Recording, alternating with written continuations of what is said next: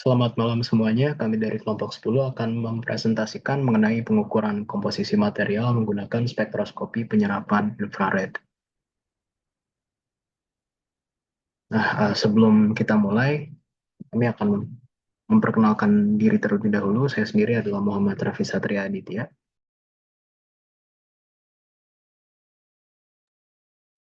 Saya Muhammad Rizky. Saya Muhammad Faizaki Budiman. Saya Muhammad Dimas Fariski.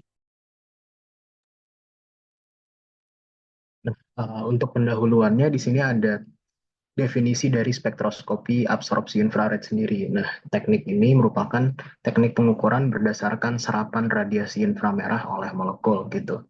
Selanjutnya itu ada fingerprint spektrum. Setiap molekul memiliki spektrum serapan unik bergantung pada massa atom, kekuatan ikatan, dan konfigurasi molekul.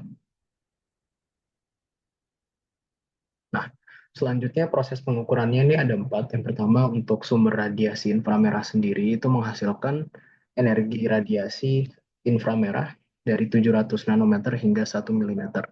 Contohnya itu ada lampu tungsten, Nernst blower, dan lain sebagainya. Dan kemudian itu ada monokromator yang gunanya untuk memisahkan panjang gelombang infrared untuk mendeteksi transisi spesifik.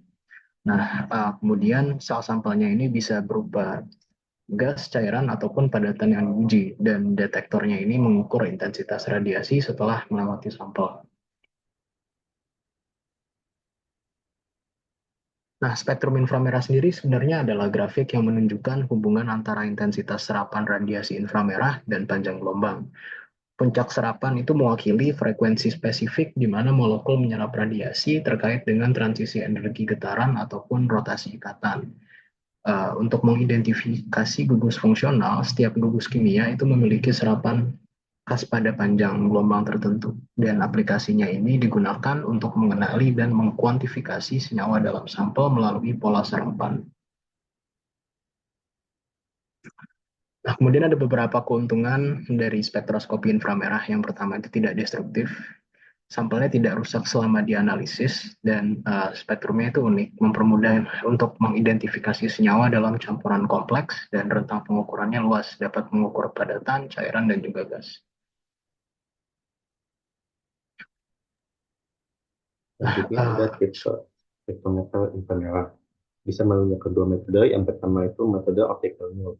Radiasi inframerah melewati dua saluran terpisah, satu sebagai sampel dan lainnya sebagai referensi.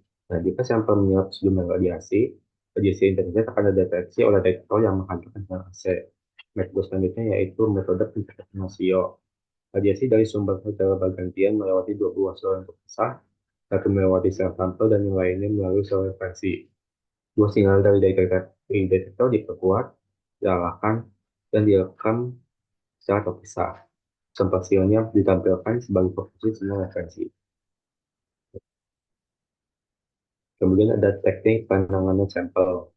Yang pertama itu untuk sel gas, dua tabung dengan keranjang dipasang ke sel untuk menghubungkan sel ke sistem penanganan gas. Terus untuk sel cair dengan ketebalan 30 mm terdiri dari jendela transparan infrared yang dipisahkan oleh gas tipis dari tembaga dan timbang yang telah digabungkan dengan merkuri. Untuk sel padat itu dapat menggunakan teknik press pellet dan teknik mul.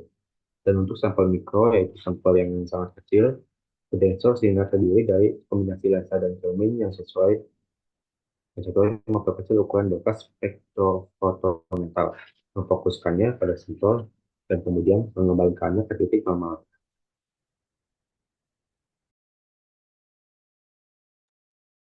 Selanjutnya adalah Fontana Transfer Infrared atau spektroskopi atau FTIR.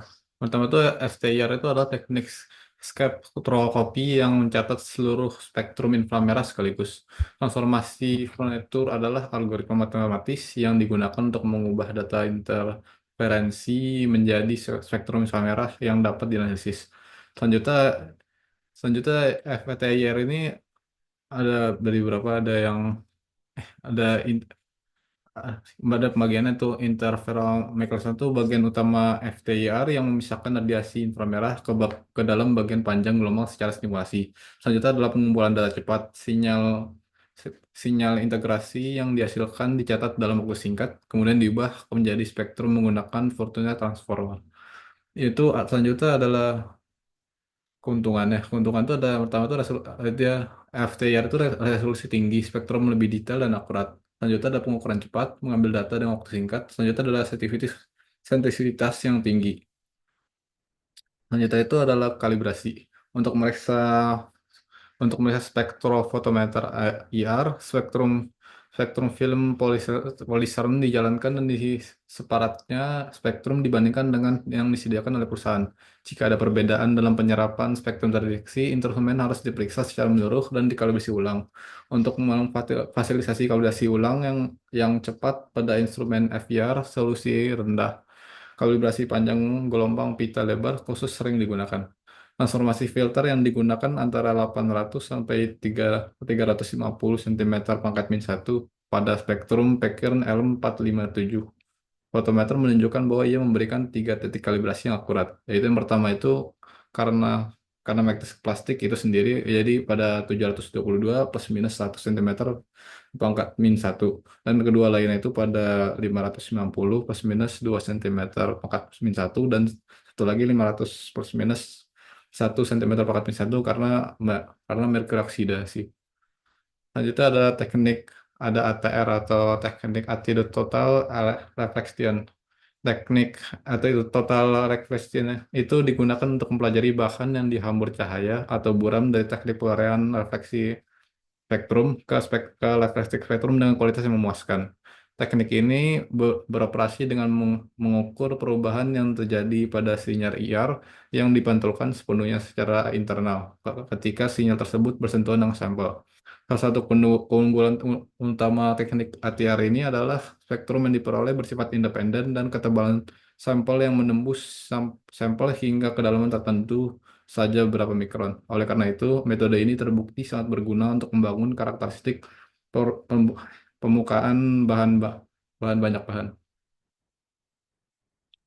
Oke, jadi selanjutnya ada spektrofotometer IR Perkin 780. Komponen utama dan fungsinya adalah sumber cahaya yang fungsinya menyediakan radiasi inframerah yang akan dilewatkan melalui sampel. Kemudian ada cermin yang fungsinya membagi berkas cahaya, memfokuskan cahaya, dan mengarahkan cahaya ke komponen lain. Kemudian ada kisi difraksi, yaitu memisahkan cahaya menjadi komponen spektral. Kemudian ada celah yang fungsinya untuk mengontrol lebar berkas cahaya yang masuk ke detektor. Kemudian ada detektor itu sendiri yang fungsinya untuk mengubah energi radiasi menjadi sinyal listrik. Dan yang terakhir ada mikroprosesor untuk mengontrol operasi instrumen dan memproses data. Oke, selanjutnya ada microsampling. Mungkin microsampling ini ada hubungannya dengan teknik penanganan sampel yang tadi Atar sudah jelaskan, yang sampel mikro. Jadi, microsampling ini adalah teknik sampling untuk sampel mikrogram. Teknik ini digunakan karena luas yang sangat kecil yang dimiliki oleh sampel. Dan beam condenser akan mengurangi ukuran sinar, memfokuskan pada sampel, lalu mengembalikannya. Beam condenser ini menggunakan optik selektif ataupun bias dan cocok untuk sel ultramikro. Oke, mungkin itu saja dari kami. Mohon maaf bila ada salah kata atau kekurangan kata. Wassalamualaikum warahmatullahi wabarakatuh.